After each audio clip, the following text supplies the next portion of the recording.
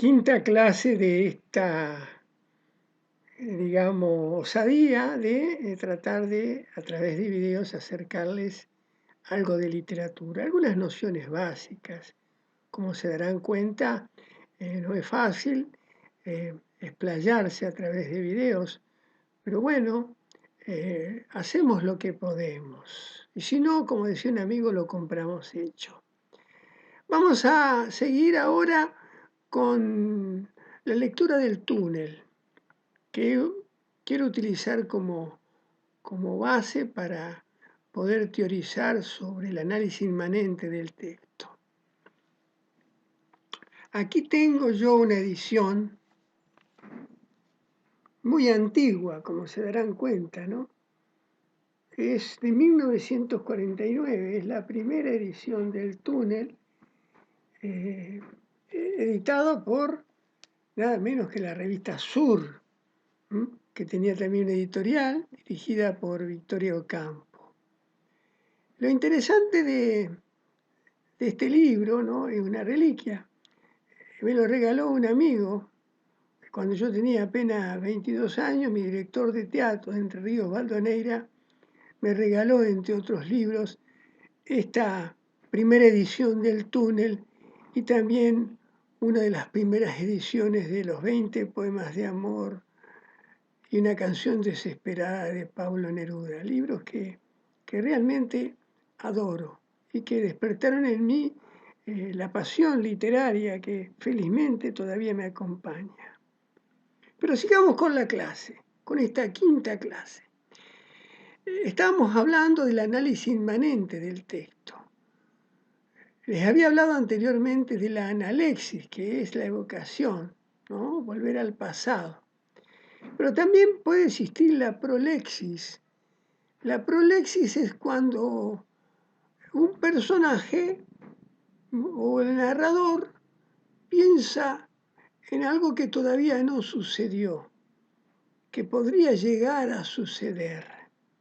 En algún momento, Juan Pablo Castel piensa que su amante, María Ibarne, lo engaña, ¿no? Y de alguna manera sus pensamientos se anticipan.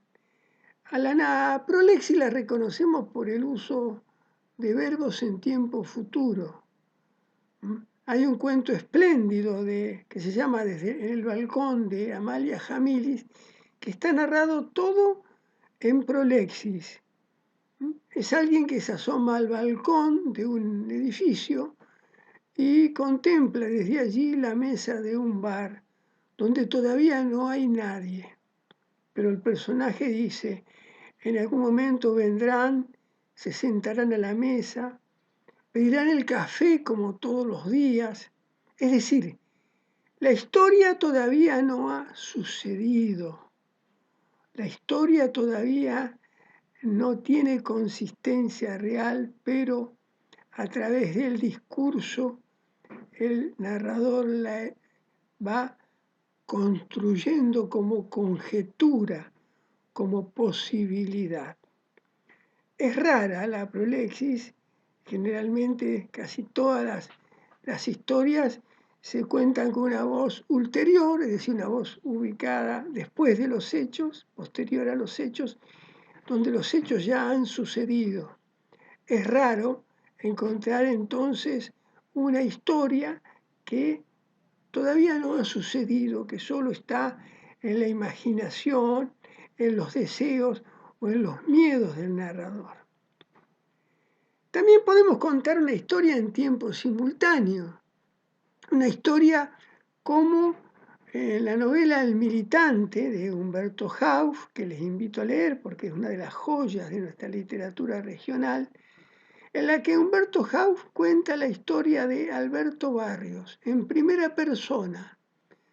Alberto Barrios, protagonista del militante, narra en primera persona y en tiempo simultáneo a los hechos. A medida que los hechos suceden, el personaje lo va contando. Los alumnas y los alumnos se complican con esto, pero es muy simple. si los tiempos están en presente, si yo digo, el hombre toma el vaso y bebe agua, es agua, les puedo asegurar, es porque es tiempo simultáneo. Si el narrador dice, el hombre tomó el vaso y bebió agua, es una voz posterior a los hechos, ¿no? Los hechos ya han sucedido. Pero si el narrador dice, el hombre tomará el vaso y beberá agua, el hecho todavía no ha sucedido, por eso no tomé el vaso. Pero son siempre las tres posibilidades de uso del tiempo que nos da no solo la literatura, sino la vida. En realidad, la literatura no inventa nada, lo que hace es apropiarse de lo que ya existe, ¿no? Nosotros vivimos simultáneamente en una conciencia que habita tres dimensiones: el presente consciente, el pasado, a lo que llamamos nosotros memoria, y el futuro como posibilidad, porque si no, no podríamos planificar nada, no podríamos pensar en el minuto que sigue. Entonces, un narrador no es más que un ser humano que cuenta una historia. Eso sería lo que nosotros llamamos el uso del tiempo en literatura y que se reconoce por los tiempos verbales. De modo, chicas y chicos, que hay que estudiar también gramática, conjugación verbal, porque la lengua y sus adyacencias también forman parte de la literatura, porque, repito, la literatura es, antes que nada, lenguaje.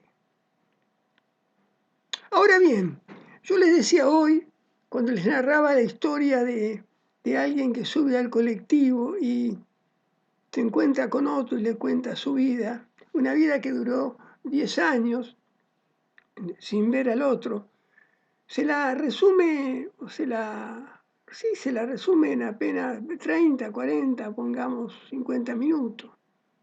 ¿Cómo hizo? ¿Cómo hizo si la historia duró 10 años? Simplemente porque en la literatura, al igual que en la vida, aparecen técnicas, dice Gerard Genet, para achicar la historia, achicar el relato de la historia. Una historia se puede resumir, ¿verdad? Uno resume algo que le acaba de ocurrir esta mañana y que duró 50 minutos, viene a su casa y dice, estuve en el banco en una cola, me encontré con fulano, y resume todo lo que ocurrió allí en apenas 5 o 10 minutos. Esa es una técnica, el resumen. De hecho, un cuentista es un resumidor. Un buen cuentista es un buen resumidor de historias. Al cuentista lo reconocemos por su capacidad para resumir una historia, para acotarla, para dejar en ella nada más que lo esencial. Es una técnica. La otra técnica es el diálogo, ¿no? El escritor transcribe lo conversado por los personajes. De pronto, tenemos necesidad de contar textualmente lo que nos dijeron y lo que contestamos. Yo le dije tal cosa y ella me contestó tal otra. Yo le repliqué tal esto y ella me dijo tal cosa. Es más, hay relatos que solamente son diálogos.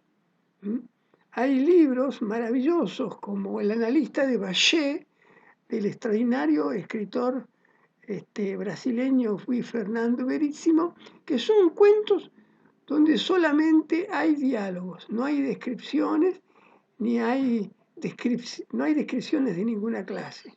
solamente hay diálogos y nosotros vamos suponiendo quién habla, quiénes son los que hablan y cómo se van alternando de turno, de acuerdo con lo que dicen.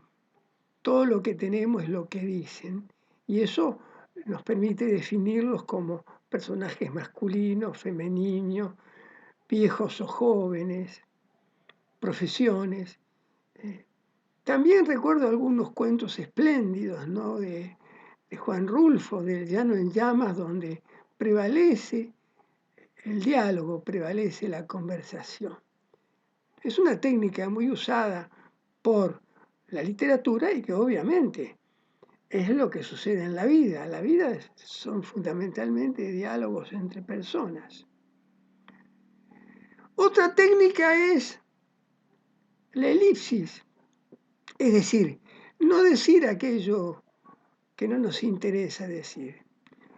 La elipsis es la omisión de una información porque se da por hecho que el lector la tiene que saber o porque simplemente el autor se reserva esa información para sorprender al final a un lector. Vamos a tomar un cuento de Salinger, un espléndido cuento de Salinger que es muy conocido, que se llama Un día perfecto para el pez banana, donde, recuerdan ustedes, al final el personaje se mata. Pero el cuento no nos adelanta en ningún momento esta decisión del protagonista de la historia, ¿no? En ese espléndido cuento, Un día perfecto para el pez banana, no hay una alternativa para el lector en la que el Salinger nos dé muchos datos y no lo hace para que al final el efecto sea mayor, ¿no? Ese momento en que se mata el protagonista de la historia nos deja realmente tiritando, nos conmueve. Y nos conmueve porque la habilidad de Salinger ha sido esa, la de administrar una información y esconder otra. Ya dijimos entonces cuáles son las técnicas. El resumen, ¿no es cierto?, cuando achicamos la historia, el diálogo cuando transcribimos lo que dicen los personajes, la elipsis cuando omitimos información, pero también a veces es interesante apelar a las descripciones o a los comentarios del narrador. Esto se da más que nada en las novelas, ¿no? A veces un escritor como Flaubert, en su espléndida novela Madame Bovary, dedica muchas páginas para describir un acontecimiento social, el modo de vestir de la gente de su tiempo, y aquello que le llama particularmente la atención. Esto se denomina pausa descriptiva. ¿Y por qué pausa? Es como si alguien detuviera, ¿no es cierto?, el grabador para observar detenidamente lo que ve. Y eso hace un novelista, ¿no? De pronto pone pausa y se produce la descripción. José Saramago, que es un escritor sumamente interesante, recurre a la pausa comentativa. En realidad, su literatura o sus novelas son extensas pausas comentativas.